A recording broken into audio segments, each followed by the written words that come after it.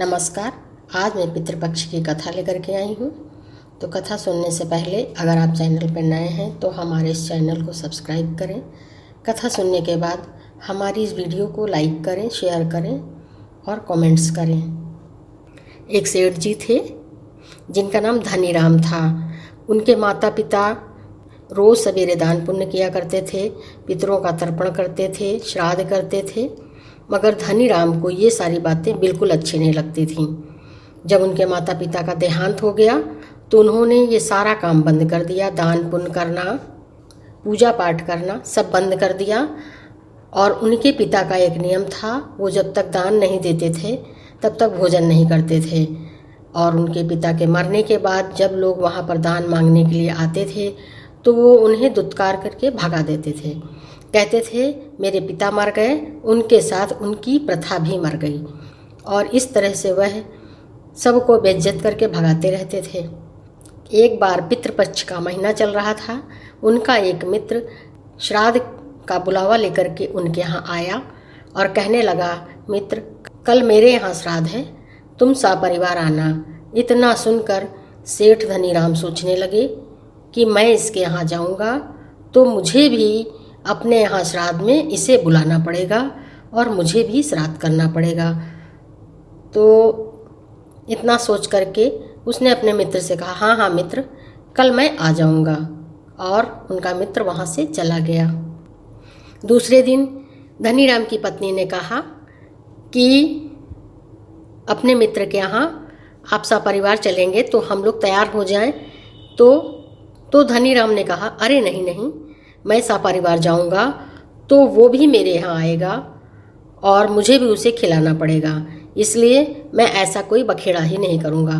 तुम सब लोग घर में रहो, मैं होकर के आता हूँ। पत्नी कुछ नहीं बोली और धनीराम अपने मित्र के यहाँ पहुँच गए।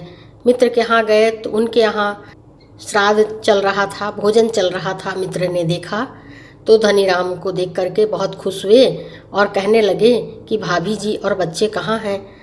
तो धनीराम ने कहा, अरे उन्हें कहीं और भी जाना था तो इसलिए मैं ही आ गया। तो मित्र ने कहा, कोई बात नहीं, चल के भोजन कर लो।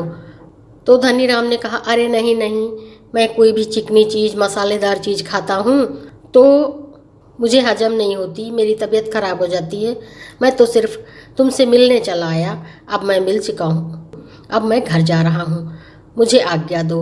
उसके दोस्त ने बहुत कहा कि मीठा ही खा लो। नहीं नहीं, मुझे तो मिठाई भी हजम नहीं होती है, मैं तो सादा भोजन करता हूँ, मैं तो बस मिलने चला आया हूँ, अब मुझे जाने की आज्ञा दो। मित्र ने कहा, ठीक है। और वो वहाँ से चले आए। जब सेठ जी घर आए तो सारी रात उन्हें उन स्वादिष्ट भोजनों की याद आती रही और उन्हीं व्यंजनों को याद करके वो रात भर सो नहीं पाए। सुबह उठे, उनका मन उन्हीं व्यंजनों को खाने के लिए कर रहा था। बहुत परेशान थे, किसी भी काम में उनका मन नहीं लग रहा था। तो उन्होंने अपनी पत्नी से कहा कि जब से मैं वहाँ से आया हूँ तब से मुझे वहाँ के व्यंजन की याद आ रही है, मेरा मन कर रहा है कि मैं भर पेट स्वादिष्ट भोजन करूं। तो उनकी पत्नी ने कहा, अरे इसमें कौन सी बड़ी बात है, आज ही मैं तरह तरह के व्यंजन बनाती हूँ और सपरिवार मिल करके खाएंगे। इतना सुनते ही धनीराम गुस्से में आ गए और बोले, कैसी बातें कर रही हो, कितनी मुसीबत से, कितनी कंजूसी करके मैंने इतना धन एकत्र किया है और तुम स्वादिष्ट भोजन बना करके सारा धन समाप्त कर दोगी, ऐसा मैं कभी होने नहीं दूंगा।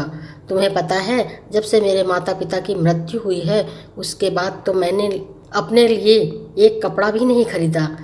अपने लिए क्या, मैंने तो किसी के लिए एक कपड़ा ही नहीं खरीदा, ना ही तब से मैंने अच्छा भोजन बनवाया है। इसके पीछे यही कारण था, धन जोड़ना, और तुम सारा धन समाप्त करने वाली हो, ऐसा मैं कभी नहीं होने दूंगा। और झल्लाते हुए उसने अपनी पत्नी से कहा कि तुम मुझे एक भगोना दे दो, एक थाली दे दो और मैं जंगल में जा कर के अपनी पसंद का भोजन बना करके खा लूँगा। तो उसकी पत्नी ने कहा, क्या बना के खाएंगे?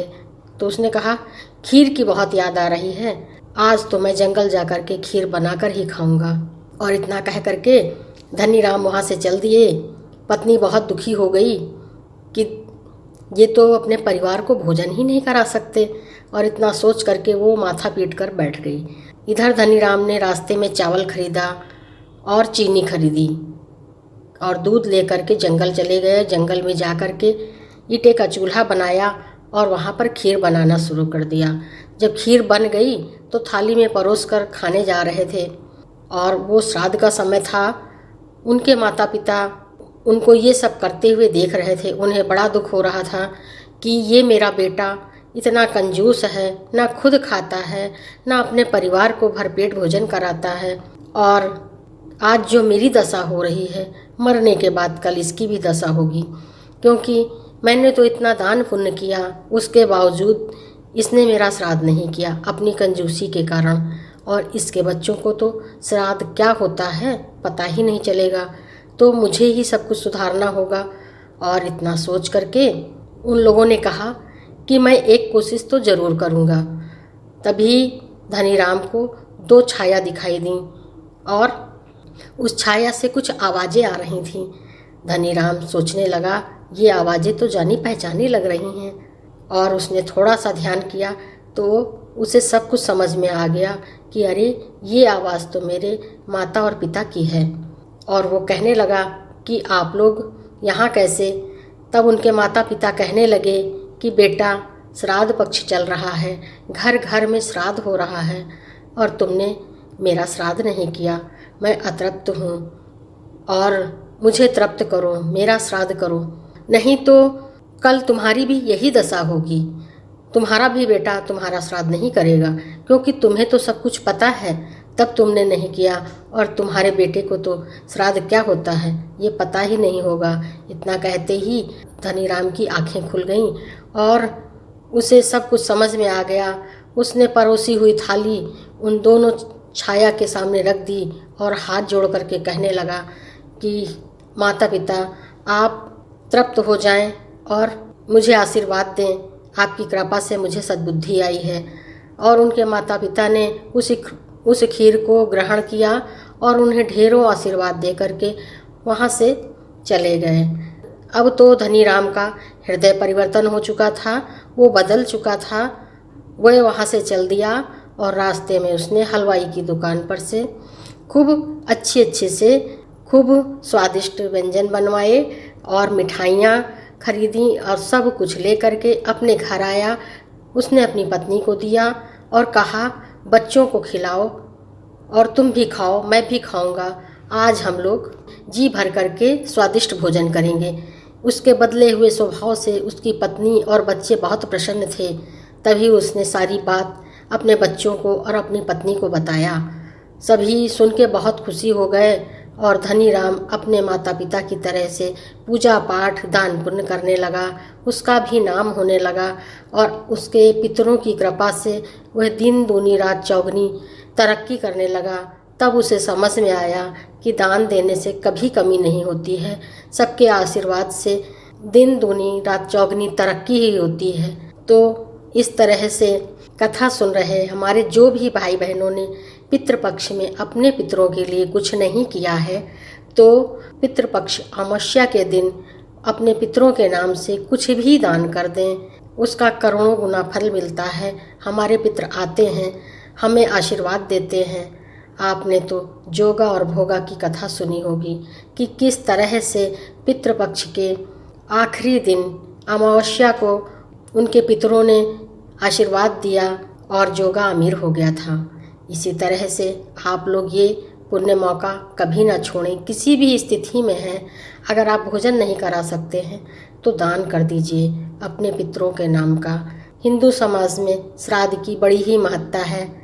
कहते हैं हमारे पितृ हमारे देवता, और भगवान की जब कृपा होती है तभी हम तरक्की करते हैं।